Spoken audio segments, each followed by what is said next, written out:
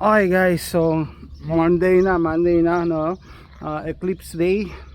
Ang forecast kasi is maulan and may thunderstorms, kaya magdadrive kami. Hindi namin alam kung saan papunta, basta papunta sa eclipse. Yan, naka-jacket ako. Oh, shoutout naman sa ano natin, Alma Mater. Shoutout sa Alma Mater. Ulan kasi. Tapos may dala kami tubig, snacks, dala ko yung tripod. Dala akong tripod. And ginawa ko to video, first responder bag yan, for the just in case scenario. Tara. Okay guys, alis na kami. Saan tayo punta? Sa papunta dun sa pathway ng eclipse. Kahit saan, basta kasama ka. Pwede ba yan? Walang ganun. Walang ganun. Okay guys, just to give you an update, we're in College Station and the sun is shining.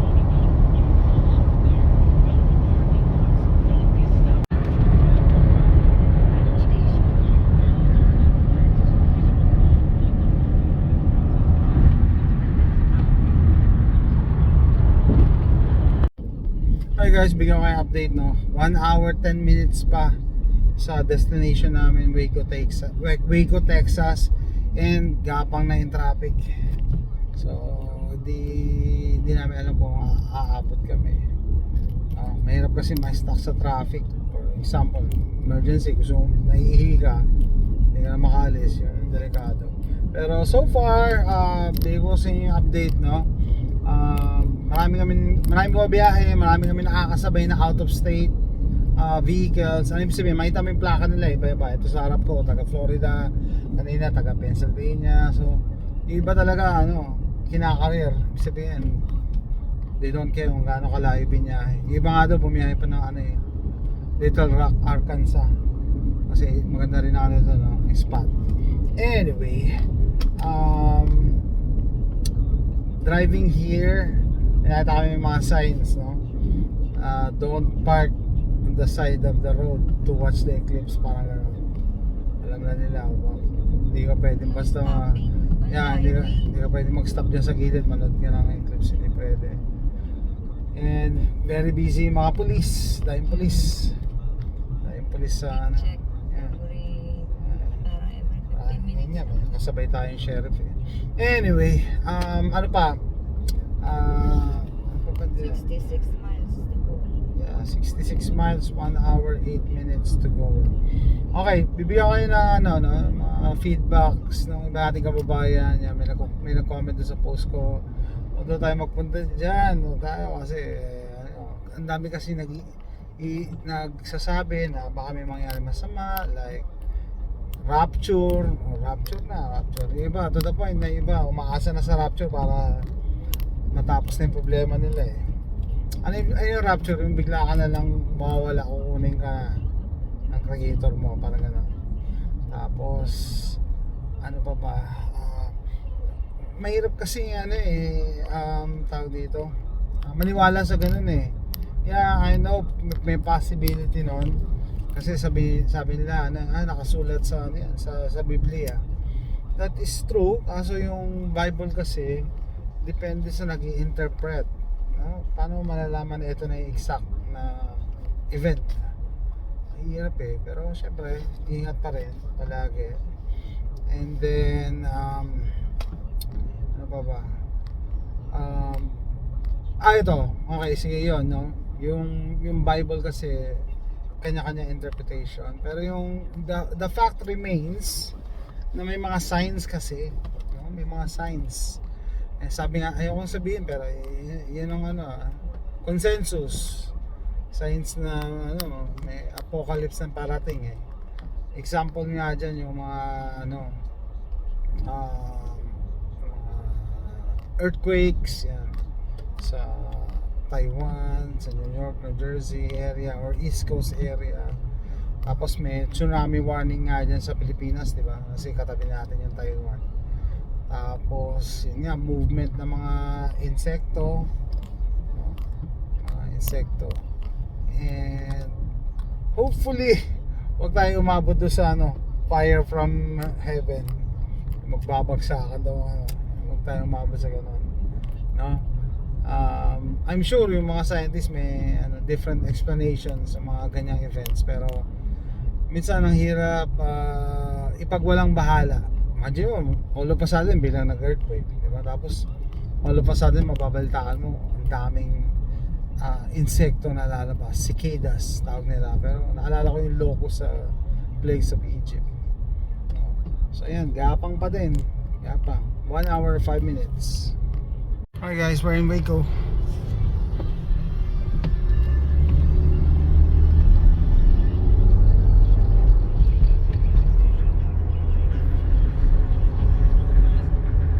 Baylor University.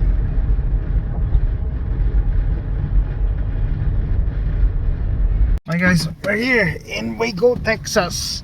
So initially we went to the park, but every parking is full, so we decided to eat first and probably here at Hawaii. So we can also wait for the eclipse here. I saw a parking over there, $10. Hi guys, touchdown Waco, Texas. Based on sa forecast, ano ngayon, maulan, thunderstorms, pero we just arrived na araw. Makikita natin yung yung eclipse, no? So sabi nila palagi namang mali ang yung weather forecast eh. So lunch, pero dumaan na kami sa park, no? Puno na mga parking lot, so we don't know, baka dito lang kami sa city mag-observe ng eclipse. See.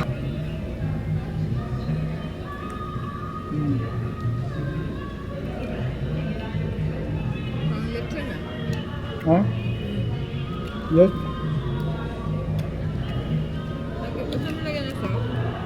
Yeah, you can choose this off.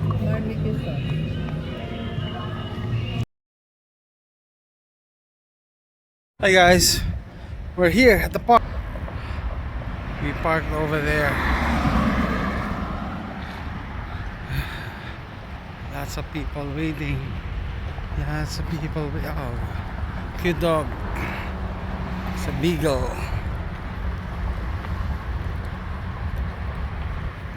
Okay guys, bigyan ko na kayo ng update, no? Nandito na kami sa park. Ano pa yung park na to? Doris. Maganda yung park nito, no? Miller Park. Oh, libre lang yung parking doon. Tapos katabi mo yung tubig. So miss ko, sabi niya maganda, usapan ng mga nag-chase ng eclipse, maganda raw may tubig kasi titignan mo yung reflection. Tapos yung sun, yan, taas ang sikat ng araw. Okay. Forecast ng weather is maulan. O mahirap talaga magtiwala sa sa weather. Ayun na, parating na yung mga tao. Ayun, oh, grupo. Ay, Daddy, meron na, oh. Daddy, partial na. Partial na? Yeah, there's a... Record natin. Oh guys, dito kami sa namin. Picnic mat. Nagaraya break. Nagaraya break while waiting for the total eclipse. I think the moon is what, 1/5 of the way.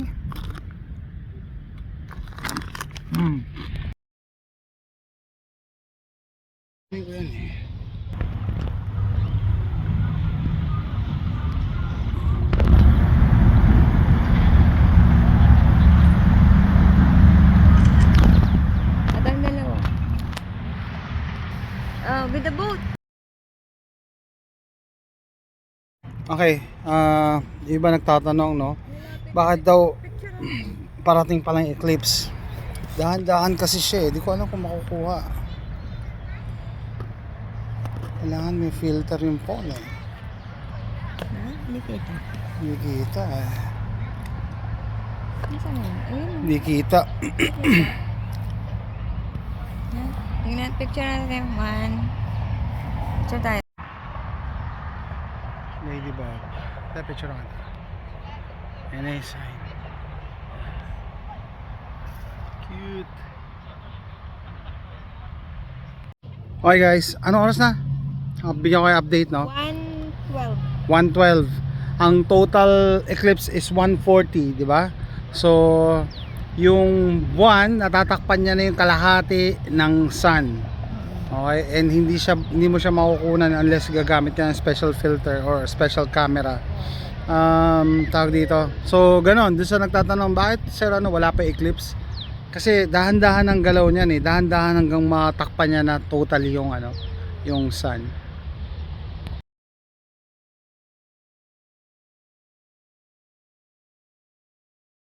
Okay guys, bigyan ko kayo ng update. 10 minutes to go before yung total eclipse, yung talaga matatakpan niya. Medyo lumalamig na yung hangin, tapos medyo dumidilim na siya as compared kanina. And ito yung nakakatakot, nawalan kami ng cellular signal. Sabi ko nga, anong kinalaman ng ang cell network sa eclipse, no? Hindi kaya pinatay nila? Hindi kaya pinatay nila yung network?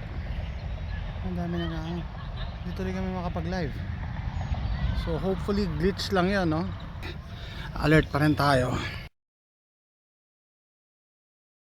Okay guys, it's eclipse! You see it? Take a picture. You see it? Yeah, take a picture, take a picture. Ang dilim! Ang dilim! Wow, it's oh my gosh!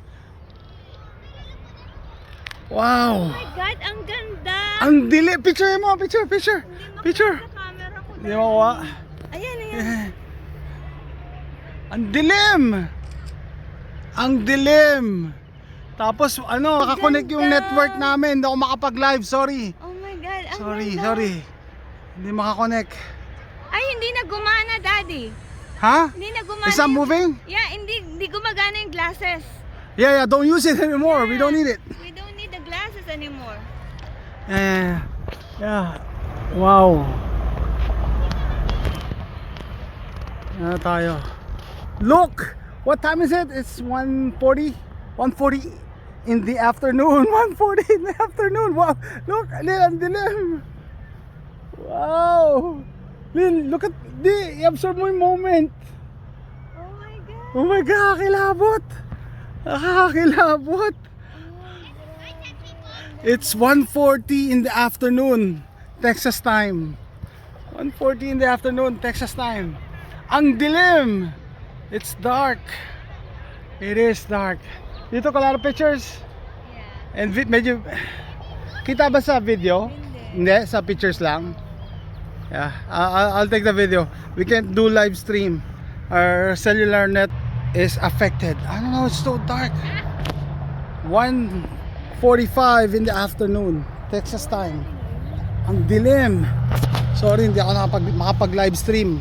Hindi ko alam paano naapektahan yung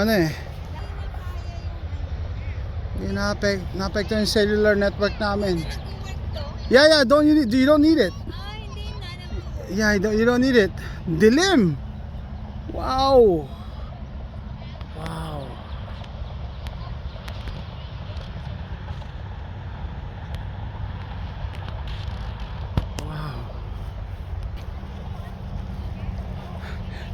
Live from Waco, Texas. We drove all the way here from Cypress, west side of Houston.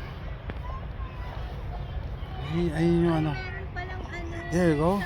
May isang star. May isang star. May isang star. That's the sun. You can't see the moon. It's dark in the afternoon. Texas afternoon. Ang dilim, oh. Picture mo. Take pictures. Daddy.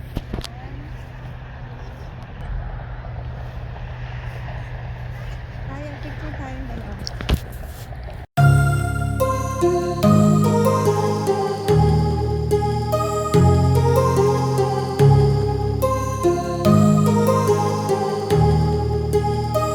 Yeah, namnamin mo yung moment. Yeah, camera cannot pick up the eclipse. beauty. Yeah, the beauty and You have to see it yourself. the experience. The eclipse experience, but I can show you that the place is dark. It's dark. Look at those people. At ano sabi mo yung water? Ay, oo, hindi ako And they photograph sa water. Wow. Oh yeah, now it's getting brighter. Come on, take a picture. It's getting brighter. Liwanag na. Ay, liwanag na. Wow. Magic. You need your glasses. You need your glasses. It's back. The sun is back. Ay, oo. The sun is back. The sun is back. The sun is back. Wow. Look at the difference. The sun is coming back. Wow. Hindi mo pala ito pwedeng gamitin pag total. Siyempre, wala nang brightness eh. And actually, the sun is just peeking a little bit and it's emitting this light. Yeah. No? It's just a little bit. Konting ano lang, ganun ka Yeah, pa. konti. Yeah. Konting-konti lang na kasi. Yeah. The moon is still blocking it. But look at the difference. Oh, the birds. Ito yung pinakauna, oh. Ang galing. Ah, yeah, that's perfect. Ganda. Takot kanina. No? Takot yung lagutin ako eh. Ibang mundo eh. Hindi na yun, dubilin muli.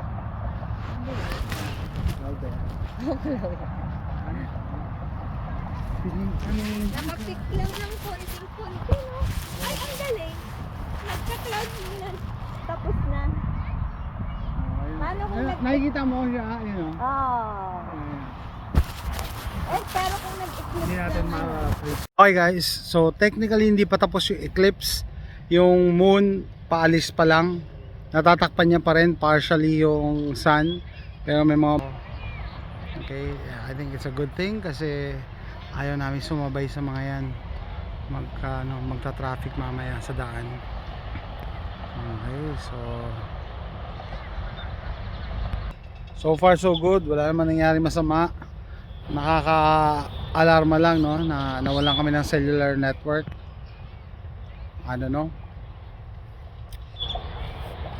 Pero kung titingin kayo sa itaas, hindi napipick up kasi ng cellphone camera eh. Andun pa rin yung moon.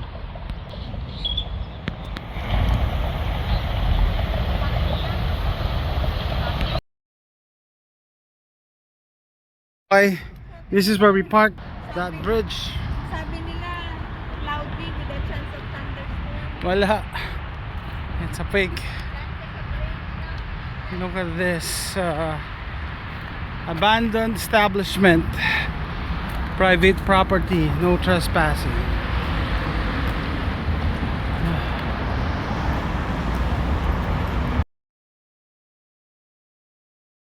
Okay guys, that's it. Pauwi na kami. Yan, nakita nyo mga nanood na eclipse. Doon sila sa stadium. Pare-pare sila doon naghintay. So nagpark sila somewhere else. Kaso ang layo na lalakarin nila. Buti na lang hindi ako doon kasi ang daming tao. Yun sa amin mas malamig yung area kasi may mga puno and grass. Okay, ito lang problema, sabay-sabay. Yan, traffic oh. Ito kasi nyo, kita nyo yung kulay red. Oh guys, traffic going home. Okay guys, 2 hours before arriving to our destination, yung bahay namin, bumuhos na. And I think ito yung ini-imagine ng iba kaya hindi na tumuloy. Yung kaibigan namin hindi na tumuloy kasi ang forecast maulan eh. Cloudy and maulan. Pero we were lucky kasi sa Waco, saktong-sakto yung weather. Maliwanag, clear yung sky. And then, eto yung ulan na encounter namin pa uwi na. So gagawin ko dito, mag-stop kami dyan siguro dyan sa Love's gas station. Tambay muna kami dyan sa McDonald's kahit 1 hour para palipasin tong traffic. Grabe, lahat sabay-sabay ang uwi.